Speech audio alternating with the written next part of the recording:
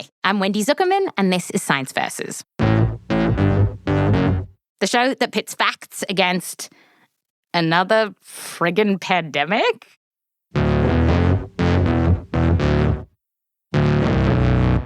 Today on the show, Hantavirus. There's been a lot of reports of an outbreak of a weird virus on the MV Hondius cruise ship.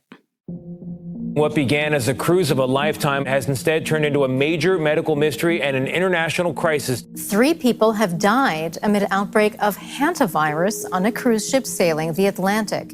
The first cases seem to have started with a husband and wife that boarded after a birdwatching expedition. The couple ended up dying, along with one other passenger.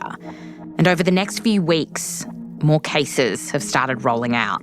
A French national has tested positive for hantavirus following her evacuation from the cruise liner MV Hondius. Now, her condition is said to be deteriorating. 18 American passengers from the hantavirus-affected cruise ship are now being monitored at 2 facilities in the United States. One patient has tested positive and is now in a biocontainment unit in Omaha, Nebraska. Global health officials warning there are now 11 total cases of the deadly hantavirus, adding that number could go up as the virus can incubate for 42 days. And one thing that's really worrying here is just how deadly this virus is. Something like 40% of people who get diagnosed with it will die. And scarier still, according to news reports, it feels like this hantavirus outbreak is weird because it's spreading from person to person. Experts are confirming there have been cases of a rare strain on the ship that can be transmitted between humans. Meanwhile, officials have been scrambling to track down some people who left the cruise ship before they knew hantavirus was on board. No surprises, the internet is freaking out. Hantavirus will spread. It absolutely will get worse. Why did they let the people off the boat? Why'd you let them off the boat? Why did you let them off the boat? Everybody better wake the up with this hantavirus bullshit. We're not doing it again. The hantavirus, Montana-virus. This is crazy. History is about to repeat itself. I have seen this film before, COVID-19. I want to watch a new film, The Titanic. And I'm getting very, very anxious, very nervous, and they should have sank that motherfucking ship where they had the chance. So today on the show, what is going on with hantavirus? What happens if you get infected? How is it spreading? And how worried do we need to be here? Could this be the next pandemic? When it comes to hantavirus, there's a lot of people saying, we're not doing it again. And then there's science. Science versus hantavirus is coming up just after the break.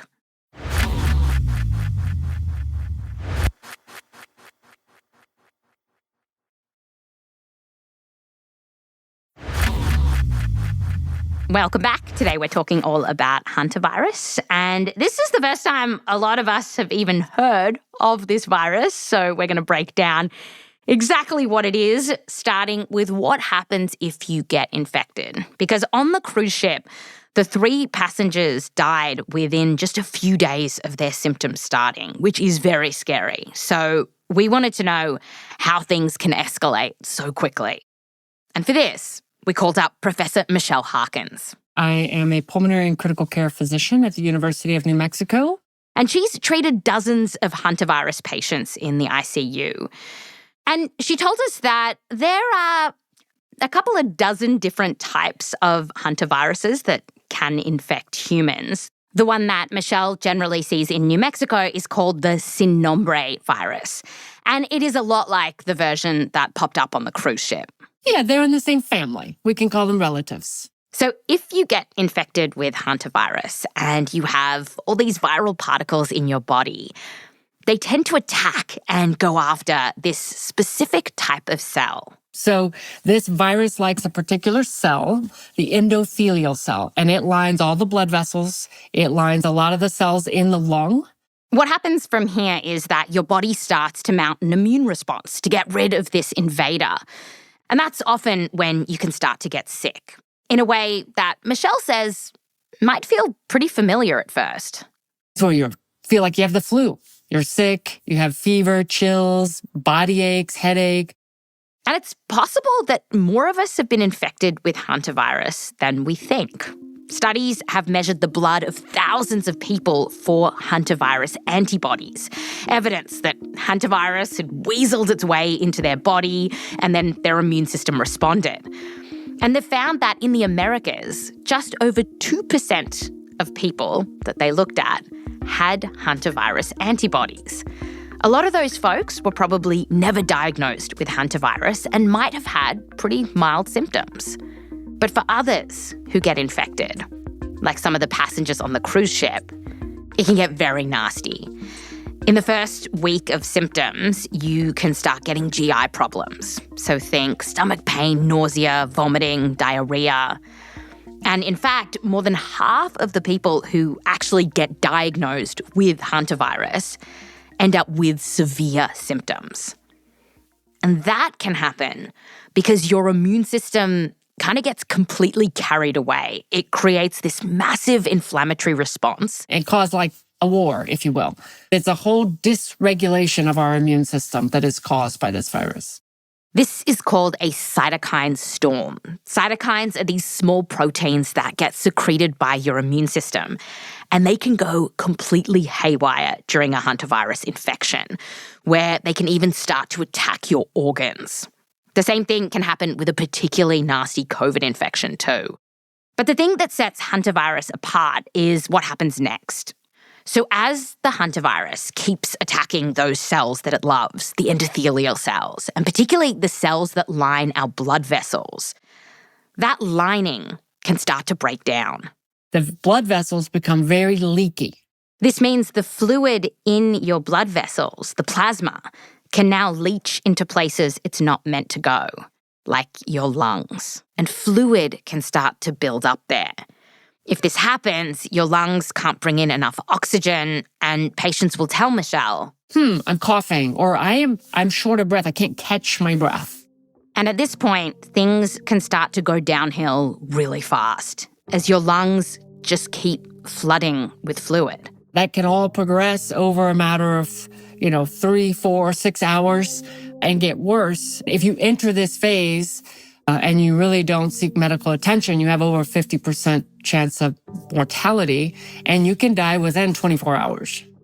Another thing that can happen here is called cardiogenic shock, and it's where your heart stops pumping enough blood to get oxygen to your organs.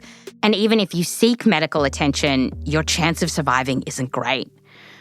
We don't have medicine specifically for hantavirus. Michelle told us that the only thing she can do is really, if you catch it early enough, you can put people on oxygen or even something called an ECMO machine. This is like an artificial lung where doctors take your blood out, put oxygen in it, and then pump it all back into your body. Michelle told us that she'll hook people up to the ECMO basically to buy them some time while the virus runs its course. Michelle told us what it was like for some of her patients. She talked to producer Michelle Dang about it. Some of the first patients that I saw came in talking, they were on just a little oxygen and then rapidly deteriorated and were put on ECMO within 4 hours. And it was striking that it can progress that fast. Can you see that, like when you look at a patient who's already come in or expect how they might handle the disease? No, it is really difficult. Some people come in and you're like, oh my gosh, they're going to get worse. And they get better and they're off of oxygen in a day or two. And then someone comes in that is, you think a young, healthy-ish person that comes in and they're on 2 liters of oxygen and then they're on the bypass machine the next day. So you can't just tell by looking. So that's part of what makes hantavirus so scary. It can sneak up on you and you can get sick really fast and even die. And there's no vaccine to prevent it.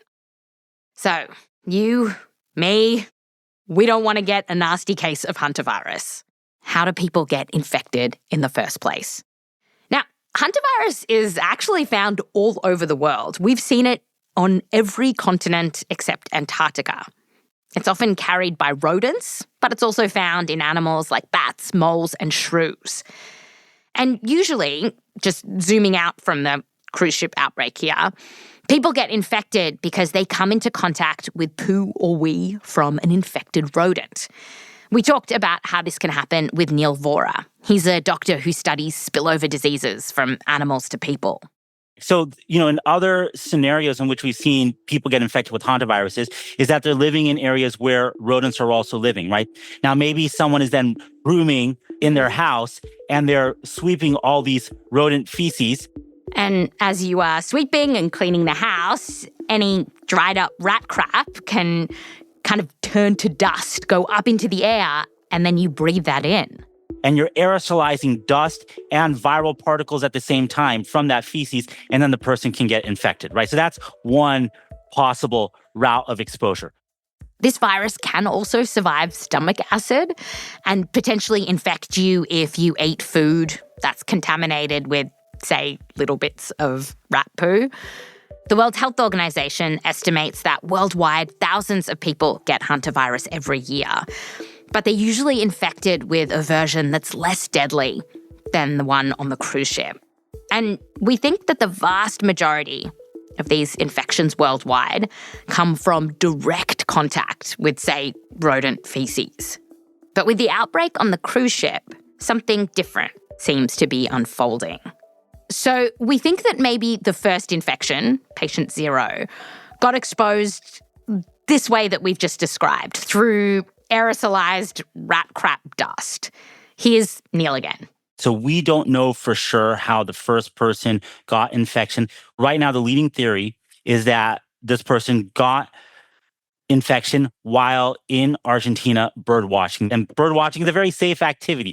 But somehow they might have interacted with the feces, for example, of a rodent or rodent urine, maybe got a bite from a rodent, but that's less likely. And then they got infected. But this is right now working theory, but it's highly plausible. Now, 1 or 2 people getting hantavirus directly from breathing in rodent poo or pee, this is not surprising. Because, like we said, hantavirus is around rodents in a lot of places, including Argentina. What's weird is that most of the time, when someone gets hantavirus from a rodent, it stops with them. Most types of hantavirus cannot spread from person to person, except the version of hantavirus that showed up on the cruise ship. It's called the Andes virus, and it can. Andes virus is the only hantavirus that we know of that spreads from one person to the next. And that is probably exactly what happened on the cruise ship. And something that's worrying a lot of people right now is that we might not know everyone who's been infected. Because this virus, it can hang around your body for a while before you start showing any symptoms. Producer Michelle Dang asked Professor Michelle Harkins about this. Right after someone breathes in that dust with the hantavirus from mouse poo, what happens next? They may just go on their merry way, and then there's an incubation period. And unfortunately, it can be from 1 to 8 weeks. Typically, we see people within about 2 weeks afterwards, but there are studies showing that it can last up to 8 weeks. 8 weeks? That means, theoretically, some of the people who were on the boat and then left without being quarantined could be infected right now. Wandering around, breathing, coughing, listening to podcasts. So after the break, could this lead to the next pandemic? Coming up.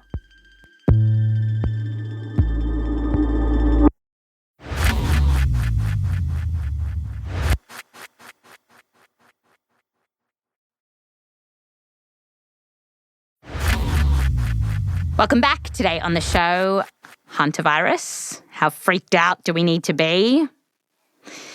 So here's where we're at right now. We know that this virus has the potential to spread from person to person. And now the question is, how quickly can it spread? Could this lead to the next pandemic? And to find out more, we called up Professor Anne Sheehy, a virologist and immunologist at the College of the Holy Cross in Massachusetts. She's a friend of the show. We've had her on before. And Anne told us that when she heard about this hantavirus outbreak, I wasn't happy. So as a virologist, you never like hearing about a virus that is doing something unusual. On top of that, she was like, and it's happening on a cruise ship? That's traveling all around the world with with passengers from all around the global community who are then going to disperse. That's not a good setup. You're like, oh no. Oh no, I don't want my virologist saying, oh no. But don't worry, because by the end of this episode, you'll be thinking, oh yes, because you'll know more science. And that's always great. Okay, so as we mentioned, this version of hantavirus that's roaming around the cruise ship is the only one we know that can transmit from person to person, which makes it different to the one that we heard about from the doctor, Michelle, which was called sin nombre. So Anne told us that to understand what makes the Anders version capable of spreading, we can compare the two. So let's take Andes versus sin nombre. So if you were to look at those two hantaviruses, they're pretty highly related, but there's regions that are a little bit different between sin nombre, which doesn't spread human to human, and Andes that does. One difference is in a protein that sits on the outside of the virus and helps it to break into cells in our body. So for coronavirus, for analogy, we think about spike, right? The spike protein. So on Andes virus, they don't have spike, we call it glycoprotein, so GP. If you think about the cells in your body like a house with a tiny little door, GP is the key that allows hantavirus to open that door, break into our cells, and infect us. So these GP proteins are a little bit different on Andes virus. And the consequence is, at least on the sort of an infection level, is the Andes virus can infect a wider range of cells. One study found that the Andes virus also seems to replicate faster in, say, heart tissue compared to other versions of hantavirus. So potentially, when you get infected with this Andes version, there's just more viral bits in your body and you have a higher viral load, which could then increase the chance that you go on to infect someone else. And we have examples from other outbreaks that illustrate how this can all play out. So in Argentina back in 2018 to 2019, we saw one of the biggest Andes virus outbreaks ever recorded. Scientists think that it started when one person got exposed to the virus the usual way from a rodent, and then... So went to a birthday party, was feeling symptomatic, but, birthday party, went, and looks like at that birthday party, probably exposed some other people, but at least 2 other people that went on to then be involved in social events and spread. And one of them was the wake of the second person that had died. Yeah, so it spread at the birthday party. Someone died from that infection, and then at their wake, other people got infected. Ultimately, researchers tracked 34 cases and 11 people died. Scientists were able to trace this all pretty well and even test people's blood. And they found that those who had more virus inside their body were more likely to spread the Andes virus to other people. But what's interesting is that we don't actually know exactly how the virus is spreading from person to person. Is it through coughing, through breathing, through touching? Scientists think that generally speaking, you see really close contacts having a higher chance of spreading it to each other. So not just someone you're passing at the supermarket, say. And we know this, for example, from a study on a cluster of people who got infected in Chile. And they found that sexual contact was a big risk factor for spreading it. And in particular, the paper references deep kissing. That was one of the biggest risk factors they found. And they mentioned deep kissing a lot. They defined it only as exposure to saliva. I guess that is what deep kissing is at the heart of it. Other risk factors in that study were sleeping in the same bed, having sex, and being exposed to semen. And on this point, we found another study from 2023 that tracked a 55-year-old man who got infected with the Andes virus and later recovered. But get this, almost 6 years later, traces of the virus could still be found in his semen. Now, I think this is probably going to make this type of hantavirus sound really scary, right? It can spread from person to person. It could stay in semen for all these years. But it's really important to compare how contagious this virus is to other viruses out there that you know and love, like COVID and measles.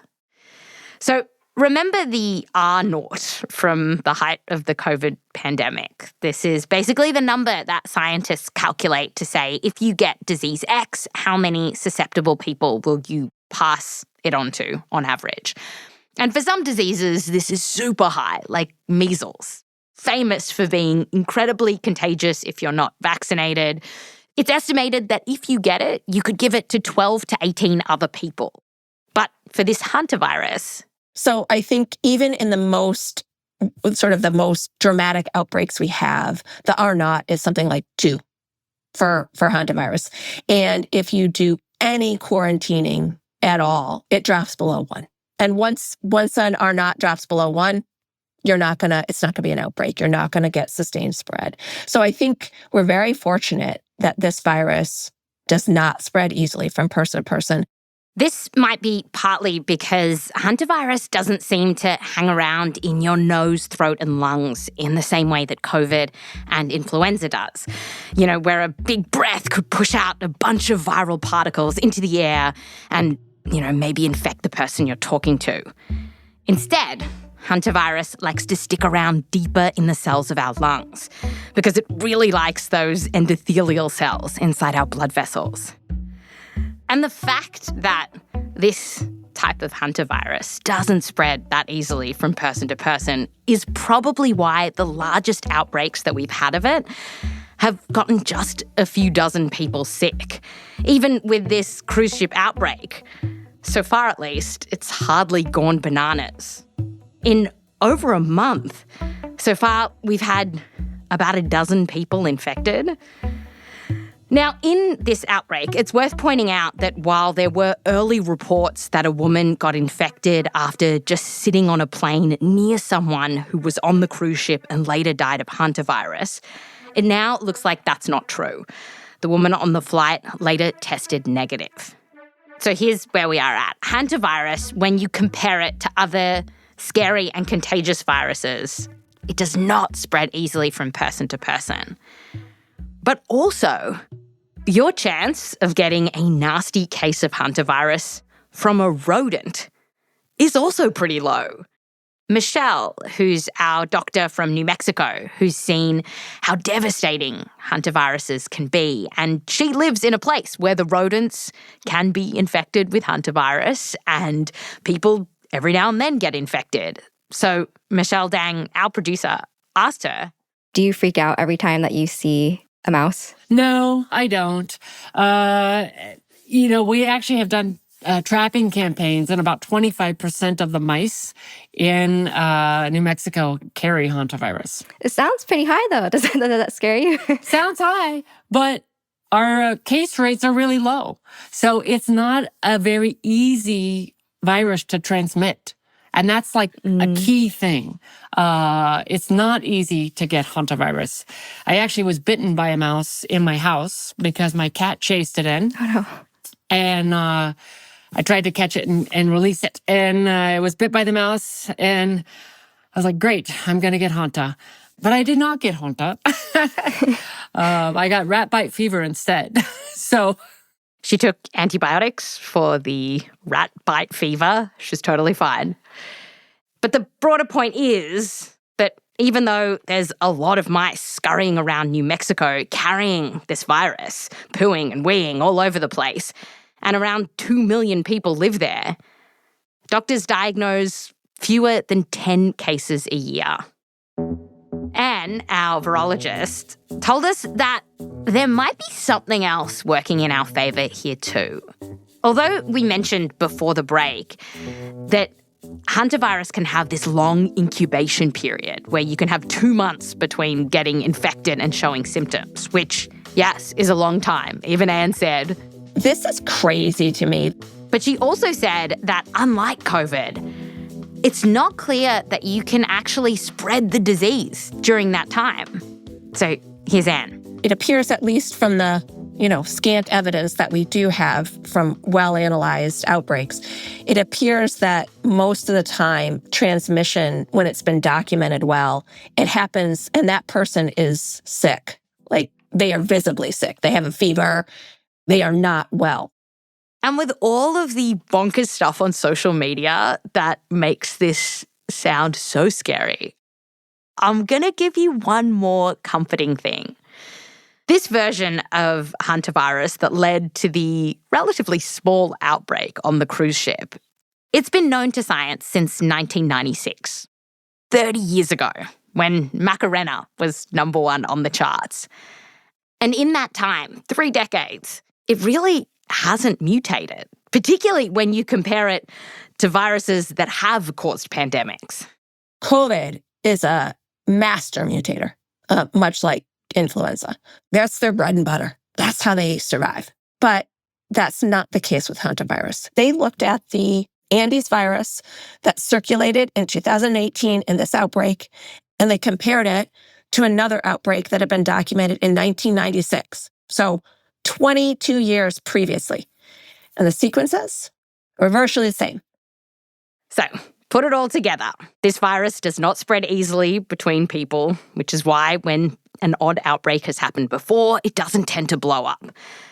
And so far, this virus hasn't been mutating to become better at transmitting between people. So when we asked Anne the big question of this episode, the question that so many of you guys had, is this going to be the next pandemic? Here's what she said. No. Rest easy. This is not it. Get ready, because there will be something that's more serious. But no, this is not. You can be okay. But I think we're not going to see too many more cases. And other researchers that we spoke to said the same thing. I want to be very clear.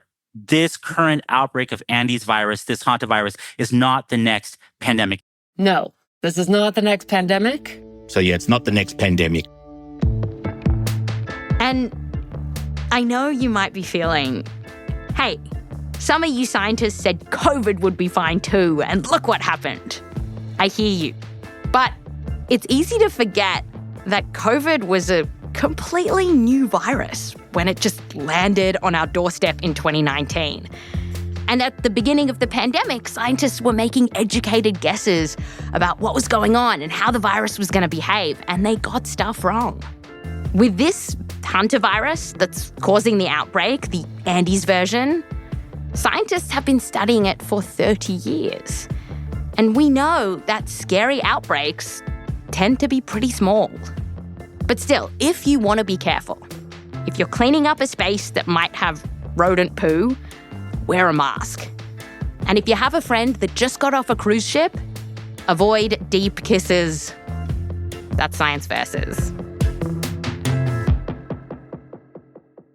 This episode has more than 80 citations in it. If you want to read more about hantavirus, understand where we get all of our information from, there's a link to our transcript in the show notes. Go check it out.